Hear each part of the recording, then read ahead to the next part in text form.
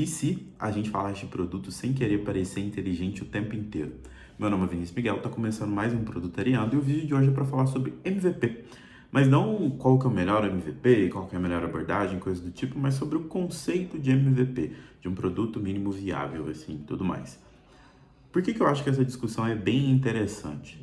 Em várias rodas ou em algumas discussões de produto, a gente julga MVPs falando assim, cara, o seu MVP ele tem que ser feito rápido, para você testar rápido, para você aprender rápido e tudo mais. Concordo, acho extremamente relevante. Só que dependendo do contexto, para você provar, para você construir algo que seja realmente viável, não necessita que você vai ter pouco trabalho. Não é essa tradução direta, assim. Então, se você está, por exemplo, no mercado tradicional, que tem um nome de uma marca envolvida e tudo mais, o seu MVP ele é quase um produto inteiro quando comparado com uma startup pequena, enxuta, que está testando, que está aprendendo. E muitas vezes eu já vi, e eu já cometi esse erro de matar um MVP, tirar o MVP da função principal dele, que é validar alguma coisa, por entender que essa validação ia custar muito trabalho. E o MVP obrigatoriamente tinha que ser feito em 3 dias, em uma semana, senão não era um MVP. E geralmente não é assim, a gente não considera o contexto. Se você vai demorar mais tempo desenvolvendo, mas o seu MVP ele prova uma real viabilidade, vale a pena. Não vale a pena enxugar só para fazer rápido e você não validar o que você está querendo validar. O MVP é uma ferramenta de validação, uma ferramenta de concretizar uma hipótese e coisas do tipo e tudo mais.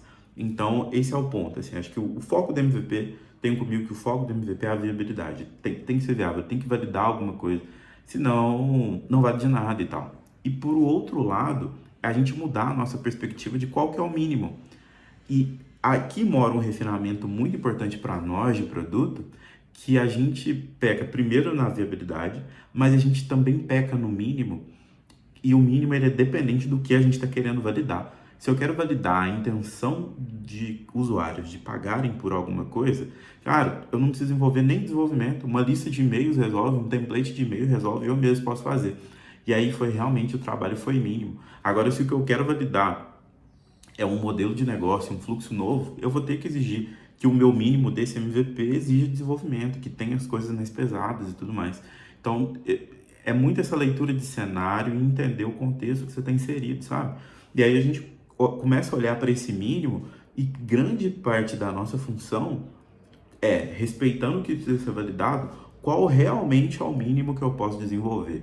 Não é como eu posso investir menos tempo, mas como eu posso investir melhor o tempo que eu tenho para validar essa hipótese, ver esse MVP e fazer as coisas funcionarem, para fazer e tudo mais. E aí é uma visão de esforço e impacto. Assim, você quer validar uma ideia que tem uma ideia, um fluxo que tem um potencial de trazer 1 milhão de faturamento, vale a pena um esforço, ou se você quer trazer algo para descobrir se o usuário tem tendência a fazer alguma coisa, não sei se vale a pena se desenvolver, vale a pena pensar em outras formas e tal, mas eu acho que o a ser protegido é o que precisa ser validado com esse MVP, o que precisa ser mostrado, o que precisa se provar viável com esse MVP. Assim, acho que se provar viável é uma palavra melhor. O que precisa se provar viável? Uma vez que eu tenho definido o que precisa se provar viável, aí eu vou olhar para o mínimo. Então, qual que é o mínimo aqui que eu preciso fazer, esse cenário aqui do mínimo que eu preciso para se tornar viável e tal. E aí, em empresas mais tecnológicas e tudo mais, esse mínimo realmente são coisas rápidas, assim. Eu tenho comigo que um MVP em uma startup e tudo mais, cara, é uma semana. Uma semana para você uma semana identificando o que precisa ser validado, levantando a hipótese, e uma semana na rua coletando o resultado, mas voltando, depende do contexto e tudo mais.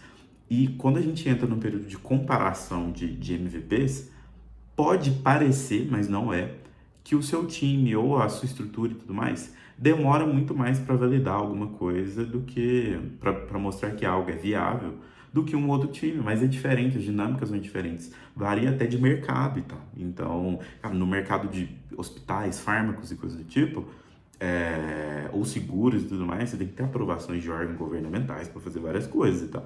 Agora, no modelo de delivery, no modelo de SaaS, no modelo de outras coisas, cara, você consegue fazer rápido e errar rápido e aprender rápido ali e tudo mais, fazendo esses modelos aqui e tudo mais. Mas aí a gente já entra no aspecto técnico da pessoa de produto. São as ferramentas que a gente consegue ter na nossa caixinha de ferramentas, ter na nossa cabeça, que ajuda a gente a fazer o que precisa para tornar algo viável, assim.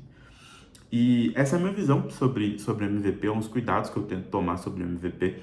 E às vezes realmente a gente faz um MVP grande, em alguns momentos a gente faz um MVP pequeno, mas o foco é provar se alguma coisa é viável ou não.